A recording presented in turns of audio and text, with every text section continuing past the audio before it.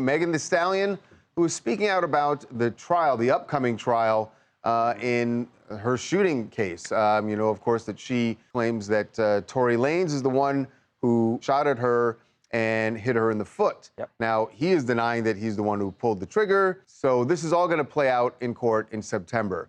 But Megan sat down with Rolling Stone magazine, and she just doesn't understand why this is still going on. And it almost seems like she's saying, look, Tory Lanez knows that he did this, and why doesn't he just admit it? But what she said to the magazine is, and she's speaking to Tory here, says, I feel like you've already tried to break me enough. You've already shot me, so why are you dragging it out like this? Like, what else? Have you hated me this much the whole time and I didn't see it?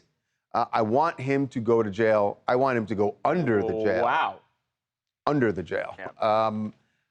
You know, look, I get why Megan, and having spoken to people close to her, I get why this is so upsetting her. I mean, she feels like she's being gaslit at times. Right. And with she some of the has things been. that Tory has said.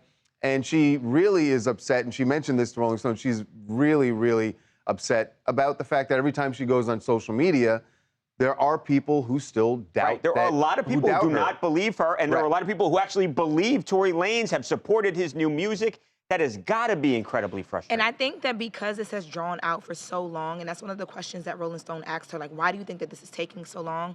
People are starting to feel like because you don't see it playing out in court instantly, there's no truth to her claims. I mean, I think you can fall on whatever side, whether you believe her or not. But she says she's had to limit herself to literally 15 minutes a day online because it just gets so bad with people trolling her that she can't take it. And even in this interview, like I read the full Rolling Stone interview, there's a point where like her voice begins to crack and they note it in the interview as if she's almost about to cry. And she's just talking about the fact that she's turned into the villain in this, and she doesn't know if it's because she's a black woman, if it's because she's a browner skinned black woman, she's tall, she's thicker, whatever it is. But she's like, I try and figure this out every day. Like, how did I become the villain in this? Now, there are people who wholeheartedly believe Tory Lanez, and I think that you can sit on either side until this plays out in court. However, it's kind of messed up, though, that either side has to go through, like, the dragging until we really know what's going on, because there's so many unanswered questions here in this.